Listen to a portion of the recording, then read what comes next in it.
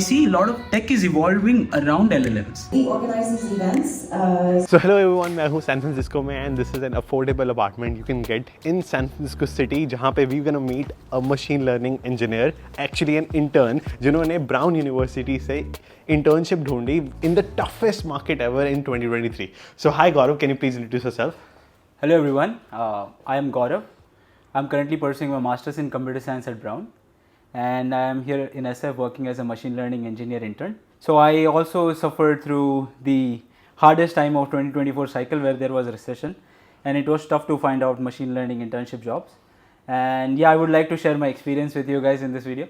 Awesome. Thank you, Arnav. Absolutely. So first of all, you got 3 offers in the toughest market. I went to New York City, like Boston, everywhere. Less than 20% of students get full-time offers or even internships there. Yes. And currently in San Francisco, the job rate is one of the highest. So how did you crack internships in San Francisco and Bay Area? Mostly San Francisco, I had one internship in San Francisco, and that too I got by reaching out to someone on LinkedIn. So it is good to first cold email like recruiter or manager, or I created one template which I used to send to multiple people, talking about initially introducing about my work and then telling them I'm interested in the opportunity. So using LinkedIn, I found out few peoples, and then once they connected, I approached to them, and then I got an interview call. Further that, it's up to your skills how you crack it. So can you share how did you shortlist the people you want to talk to? Because people get confused. Should they reach out to a recruiter? Should they reach out to hiring manager? Should they reach out to sometimes startups के लिए directly CEO? So, मुझे जो position interested है, like the position I'm interested in, like example machine learning, computer vision, or any AI related roles. I used to type machine learning, I used to select people, and then उसमें जाके कौन से company से या फिर Brown alums कौन है, Brown alumni को reach out करोगे तो the response rate would be higher. Yeah, I think rate of reply from alumni versus stranger is highest. Percentage conversion is higher. Absolutely. And you went to Brown University. So Brown mein, like there is a lot of research opportunities, computer vision. So did you apply to every area related to machine learning, data science, or you picked your niche and only applied? Okay. How big was your applying pool? Wow, good. Yeah. The reason I am able to relate to these terms, right? Because this questions comes into your mind. Nothing is working out. The field that I want to work in, I'm not getting replies from people. I'm not getting interview calls. Should I go to software? Like my field is AI, right? So I had option. Like it was a time in December that I was not getting any calls. So then I have to figure out whether I want to keep doing that or apply to software engineer jobs as well. But I decided not to devote my time to something else, which I'm not interested in. Like it might be different for it worked out for me. This is a risky choice. Like if you're narrowing down your pool, it's a risky choice. So it worked out for me. Fortunately, I'm thankful for that. But yeah, so I made a decision that I want to work in this field itself. I came in US to work in this field, so I want to keep doing that. So I narrowed down my pool for computer vision and machine learning roles. Narrowed down my pool for that because that my previous research in my undergrad as well, right? Like my research or my internships in my undergrad has been overall in machine learning. So I wanted to keep working on that pathway.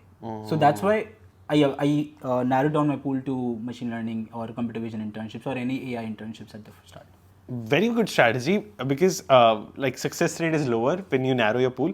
But जब आप reach out कर रहे थे to your alumni of Brown, did you reach out to particular area of people like machine learning engineer, recruiters from who are alumni of Brown? So like, or you just picked any alumni, just see Brown and email. Like what was the idea?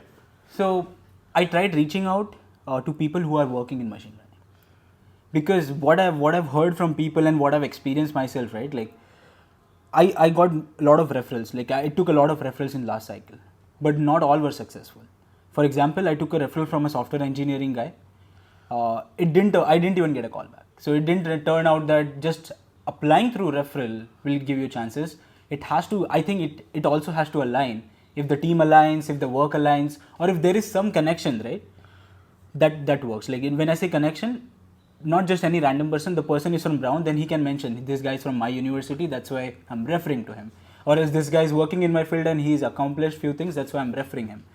So I think the referrers have to put that, there would be some field or there would be some entry in the form where referrer refers to candidates. They would have to fill out why they are referring to a particular. Absolutely. I think this is a great idea, but I think, let me tell you, your strategy obviously worked, but I think there is no formula people can follow. Like, if you remember, I learned that, जो आपको देखा था, आपने देखी है movie Avengers Endgame? Avengers Endgame देखी. So in Doctor Strange says that there are like billion patterns and and like one pattern to crack it. Yes. And can you speak up more on that? Did you feel after applying to thousands of companies, you felt like कि billions of patterns just met together in one dot to make sure you are alive in the market? Yes. One thing I would like, so initially when you apply, right, so you do not know these patterns. So there are n number of combinations. You are just out there. You are figuring out what works best. So the answers that I gave, right, applying to a specific person who is working in the field or who is an alumni from university, I got to know it from experience. Initially, I was there figuring out randomly reaching out to people asking for reference. So that didn't work out for me, honestly. That's because the success rate is super low in there. It might have worked out for some other people.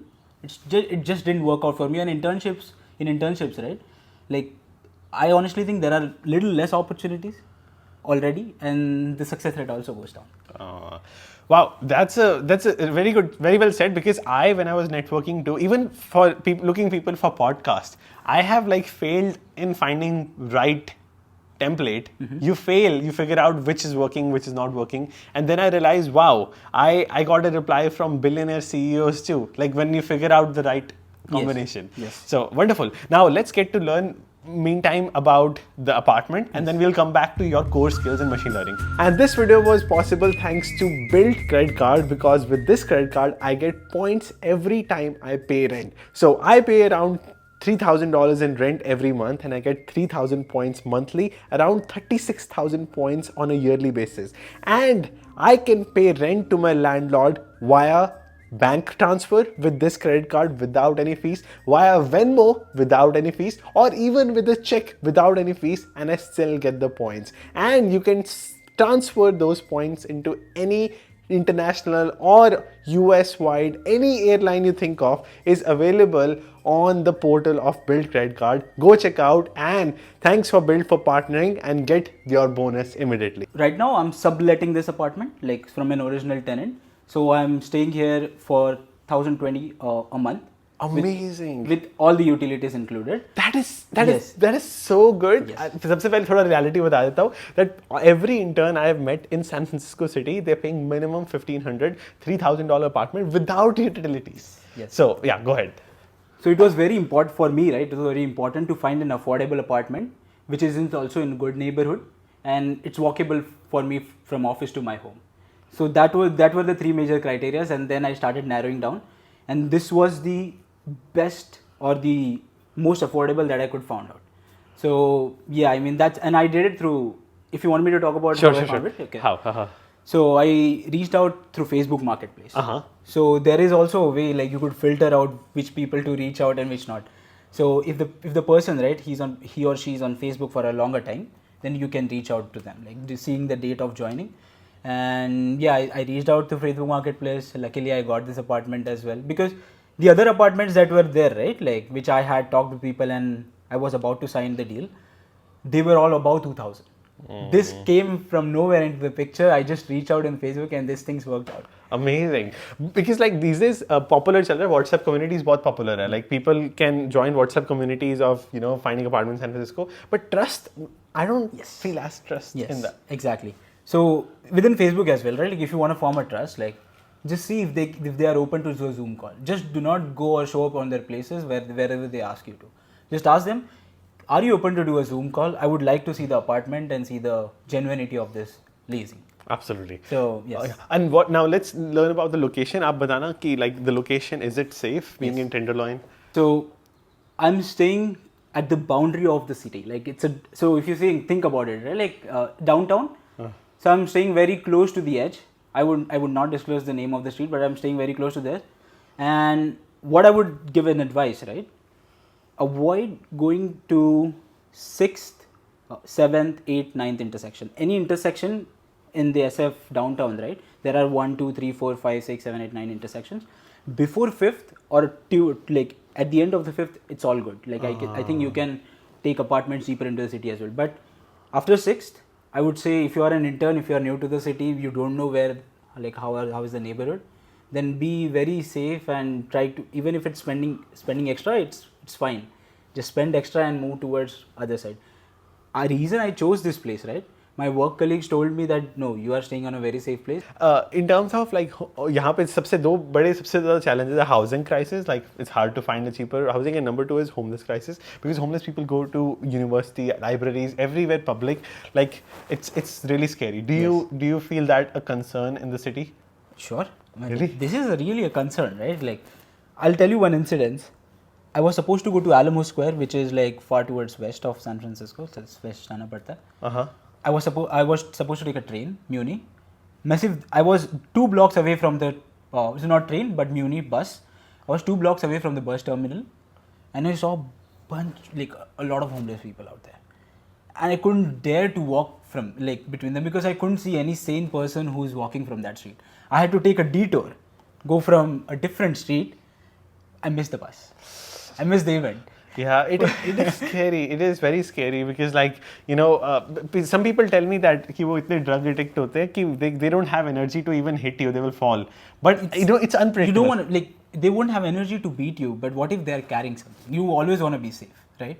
So better not go towards wherever they are, right? Like better stay away from that place. Got it. And now can we see your room, please? Sure. I usually keep it closed. So this is how the entire corner of the room is. I usually keep it closed because there are no other windows, but I open it in the morning just to have a natural light in. Nice. This is the main entrance. I'll take this bag. Okay. Very nice. Thank you. Okay. So yeah, it's pretty spacious, and आपको private room मिल रहा है. This cost, like, it's amazing. Yes. In San Jose State, people pay $900 for a shared room. University. And you know, so that shows the. And San Jose is a little cheaper than SF. I mean, in SF getting San Jose is a little affordable than SF, but SF finding this apartment, like it is, you will not find it every day. Like it won't happen to everyone as well.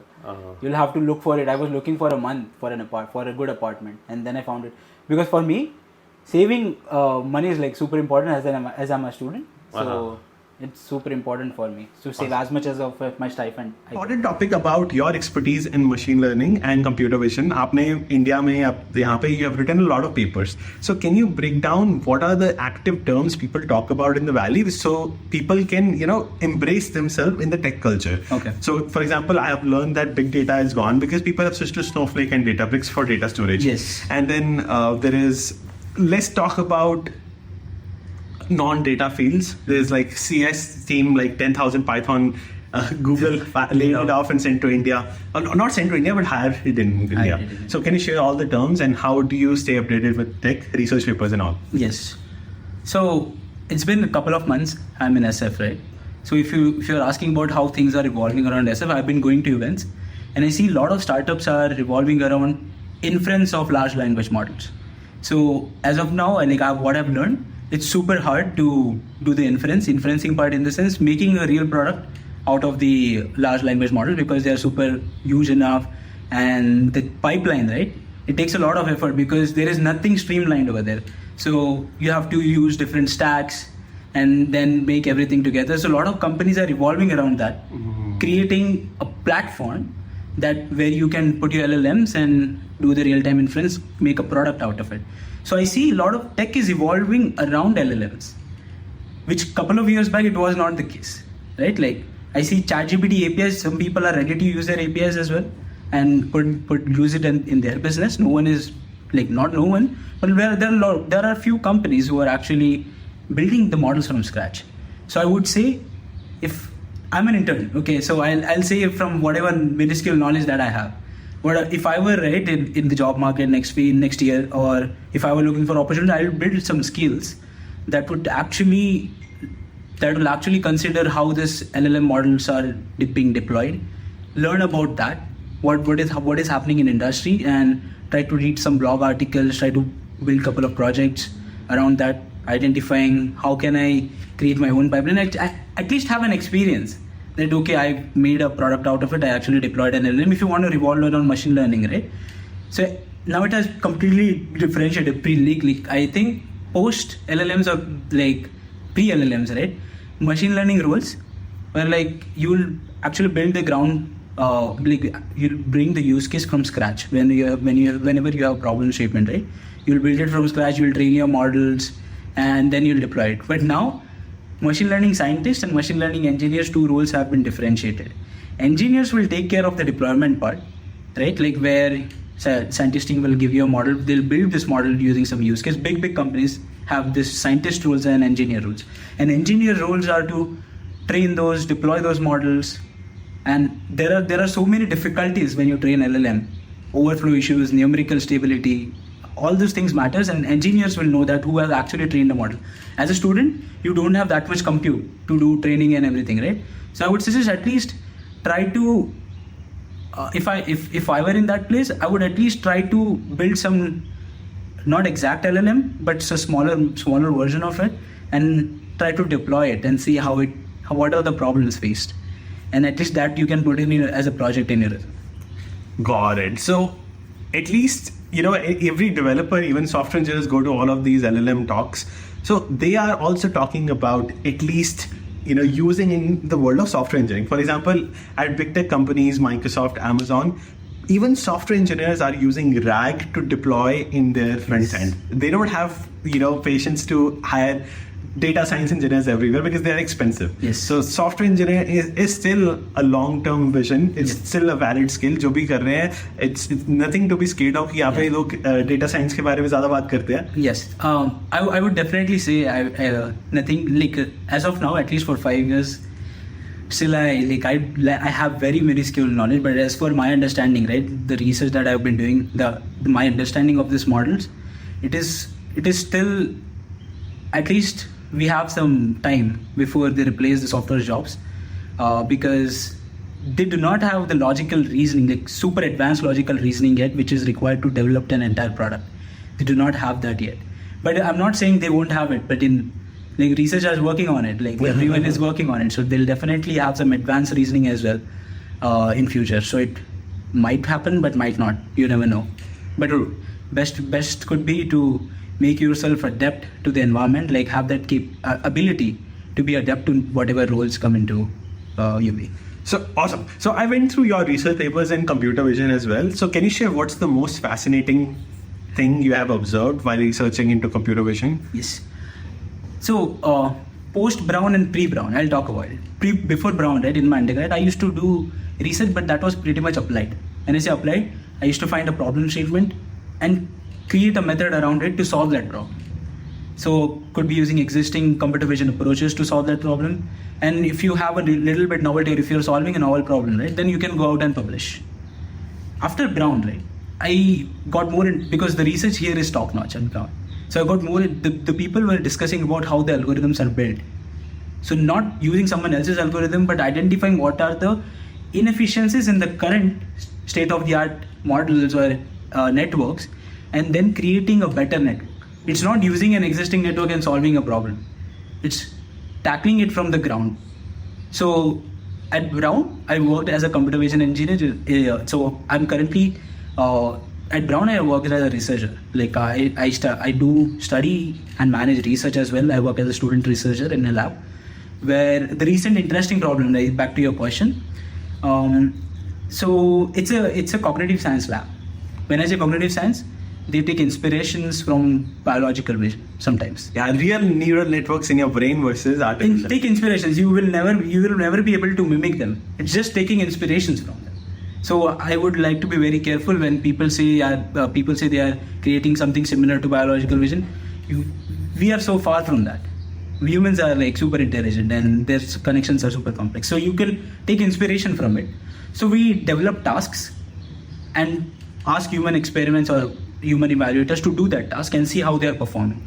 If their accuracy is high, then we train the current computer vision models on the same task, in the same setting, and see how are they performing. And we create such tasks that will give some fundamental property of human visual system. For example, a task could be one of my recent work was which I contributed to. It's like a visual perspective taking task. It is like a person who is looking in the camera, look at the camera. the person has to tell from the picture what I would be seeing. Can I see her nude? So just seeing the picture, right? That person has to tell what can I see her nude. So to do that task, right, you need to have a 3D understanding. So we tested this on humans. Humans were 80% accurate. Computer vision models were at chance, like 50%.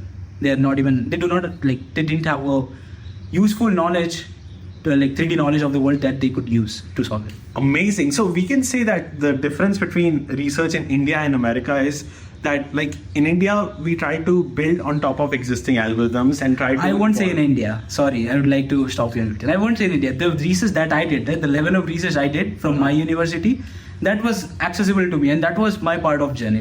But hands down, there is a tremendous and amazing research going on in India. If you know IISc, that's ranked first in research. That's in India. I mean, it's ahead than MIT as well, because the citations the professor received from IISc, the work that they do is I would say it's acknowledged throughout the world. Absolutely. You cannot generalize India, but average research you can say, because like many people who come here, they complain most about research because IISc is hard to crack for a normal person. So that becomes like difficult. Yes. So that's why they feel like कि IISc जाना है तो बाहर ही चले जाओ. Yes. That's the big problem. But coming back to your research, so can you share that what are the fascinating differences you've felt between human brain and artificial neural network in terms of convolutional neural network, which is for vision? Because, like, for example, for me, the most fascinating thing I have learned is brain uses 40, 50. It's a very quantifiable amount of energy, 40 watt, 50 watt. But 20% of the energy you get through the body is just taken by brain. yeah, but it's far less than any artificial neural network. For example, take self-driving car, it will take far more energy in 1 year than a human brain. I get it, what you're trying to say. That's why I would like to say, like, we have to be clear from the start. These are computational systems. These are machines that works on electricity, that requires tremendous amount of energy, and these algorithms are not efficient yet.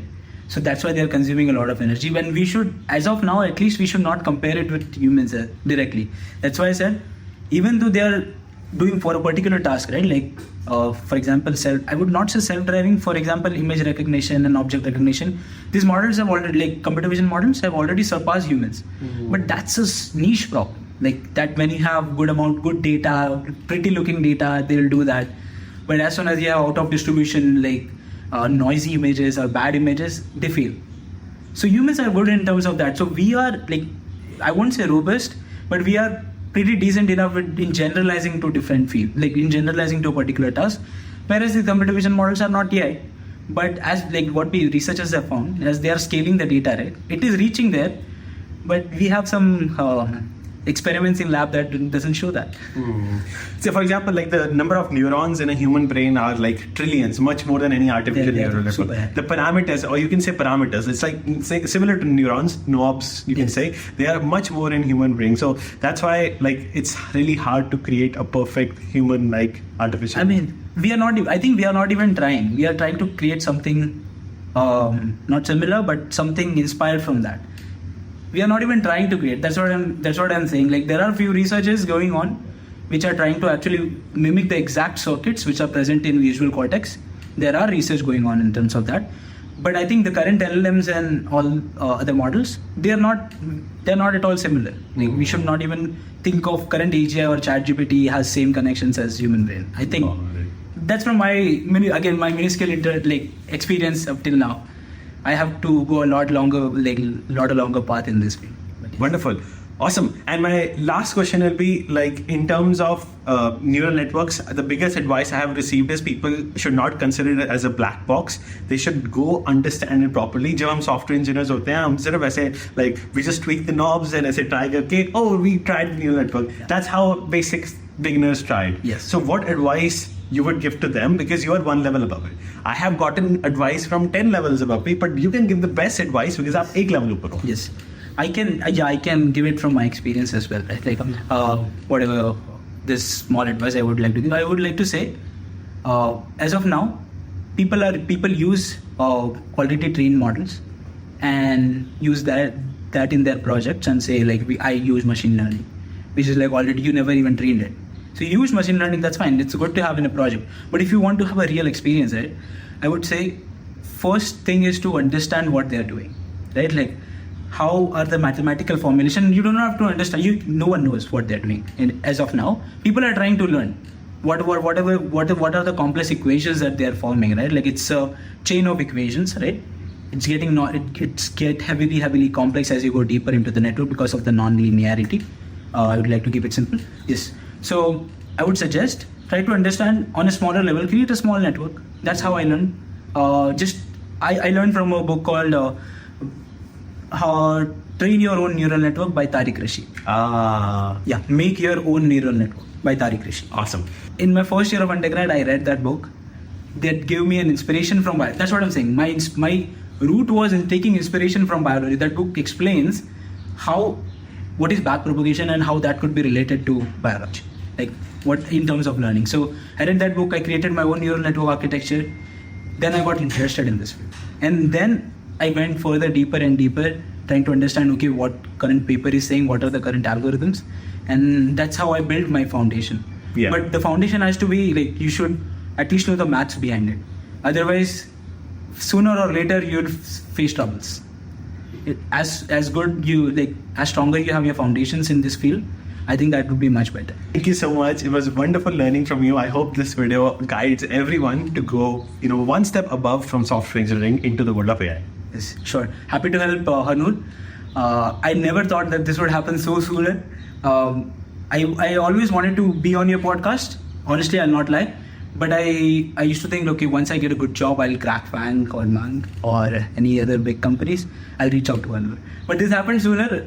We'll definitely meet again. Pakka. Hopefully, and then I'll share my more further or more granular or more detailed experience that I learned through this. Absolutely. We'll be in touch. Thank you again. Thank you so much. Or come here for the events. I will choose this.